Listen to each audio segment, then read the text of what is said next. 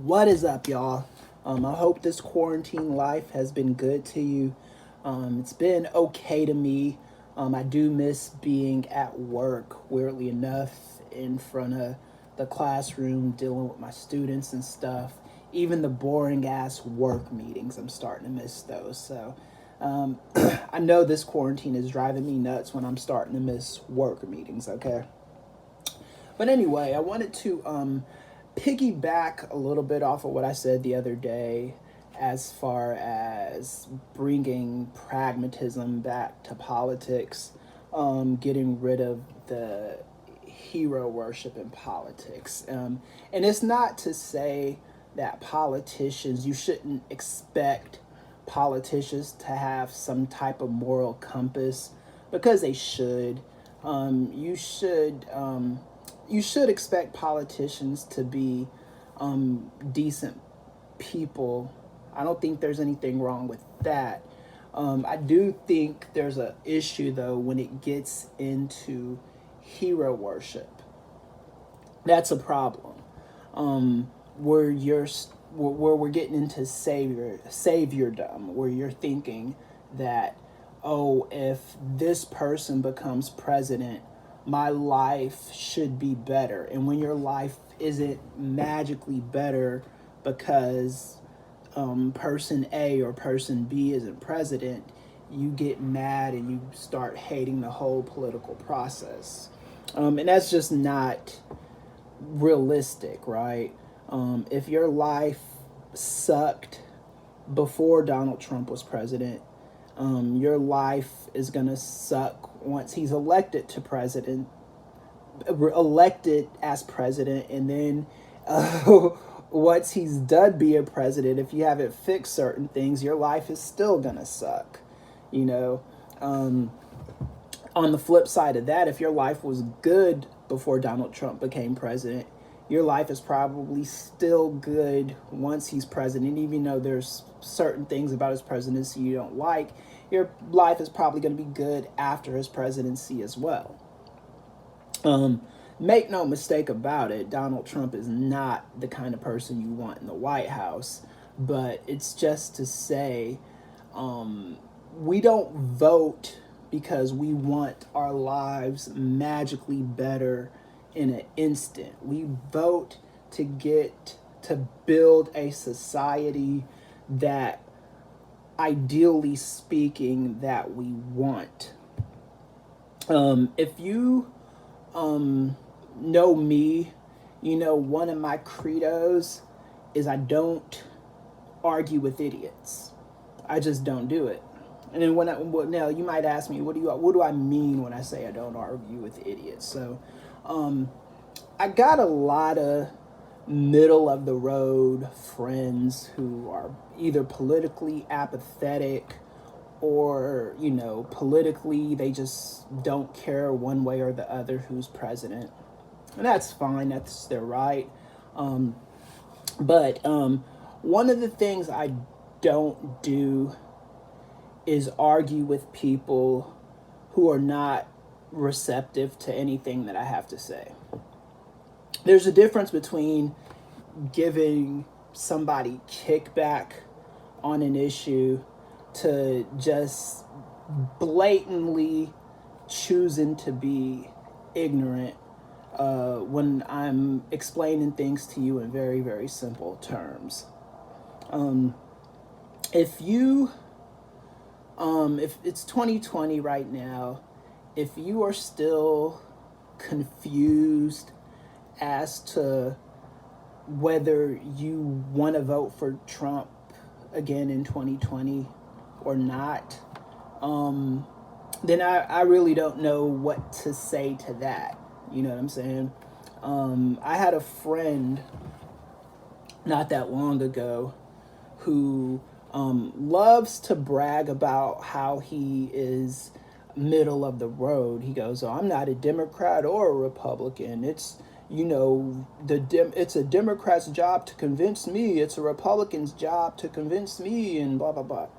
And it made me laugh because I notice a lot of people who don't claim a side, who say they're not Democrat or not Republican, They feel this level of specialness that, oh, I'm not claiming a side. I'm special. I love everybody, and, I can be talked into your side. I can be talked into your side. And that's realistically, if you're that confused, maybe a little bit of therapy might help you out. I don't know.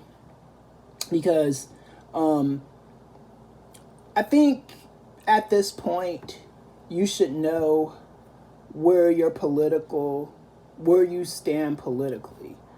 Even if you might not like Joe Biden or whoever the Democrat is, you should at the very least, know if you like Donald Trump or not. If you're confused on that, then that speaks to a bigger issue than anything I can help you out with. And I'm not going to help you out with.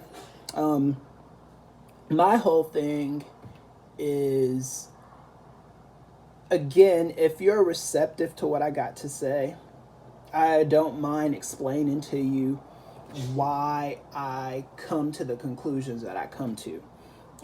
Anytime I have a student talk to me about politics and are confused, I always start with the basis and just ask them, what do you believe in?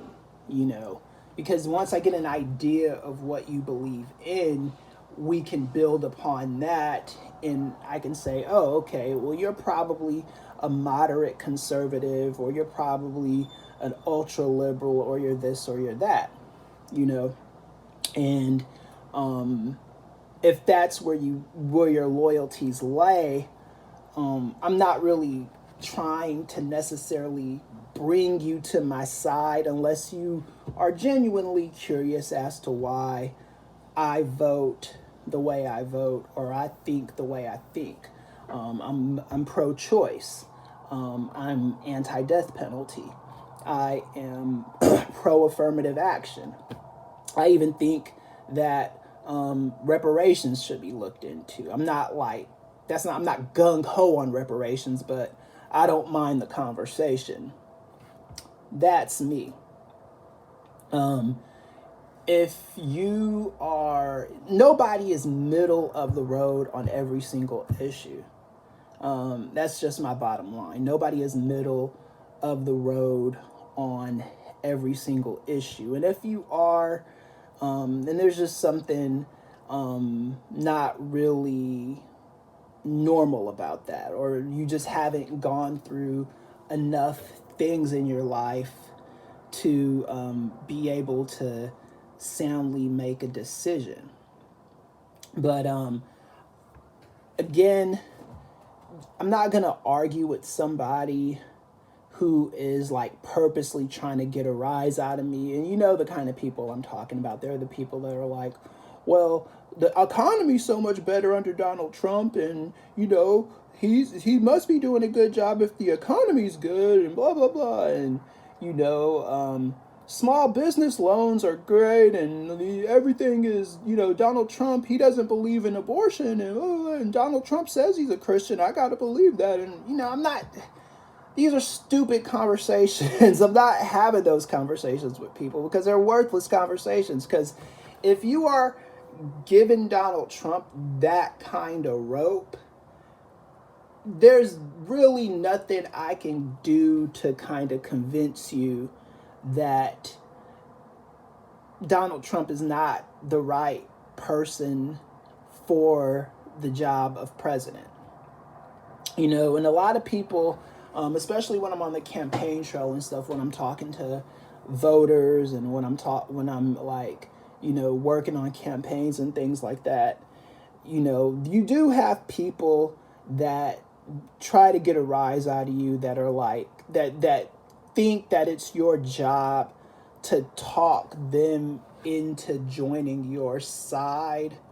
And it's not my job to talk people into joining my side. It's my job to talk to people who are kind of already leaning in a progressive direction, and to kind of point them in a way, show them why voting for a progressive candidate or a Democrat candidate is going to matter.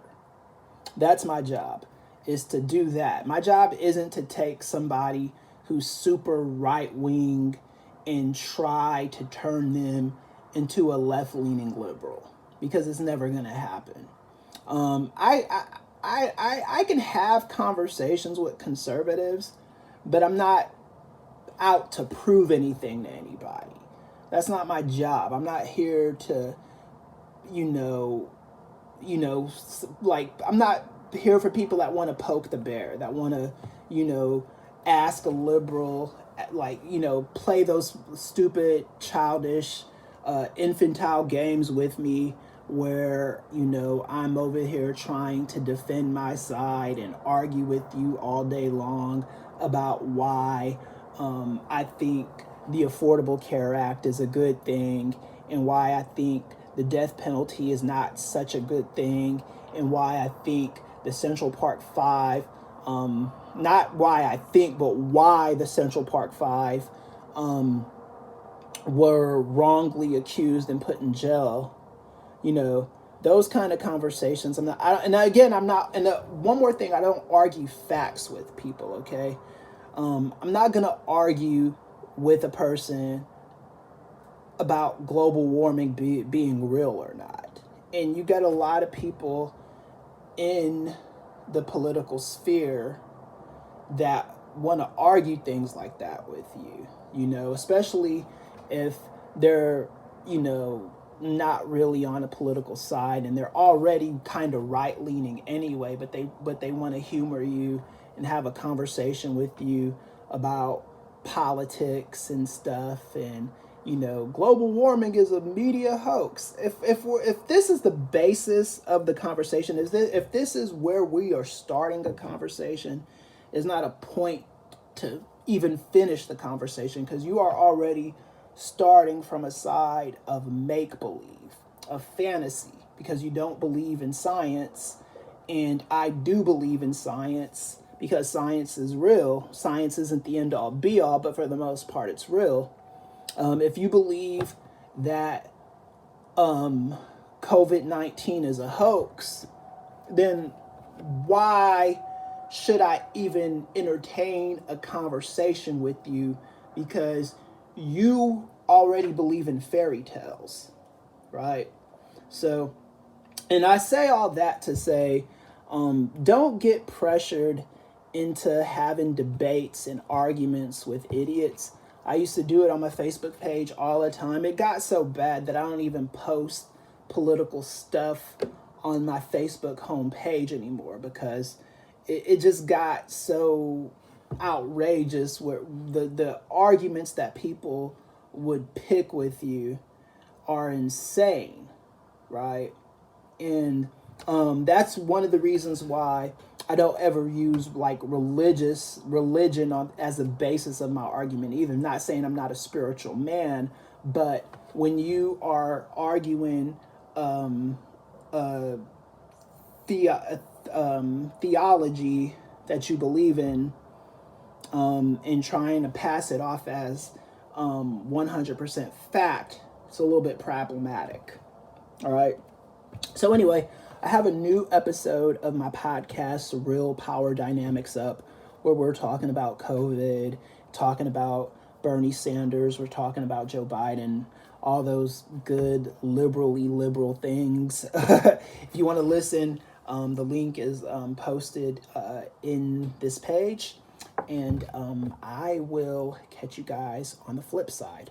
But again, please don't waste your time arguing with people who are rebel rousers and want to argue just for the sake of arguing. It's never a good proposition.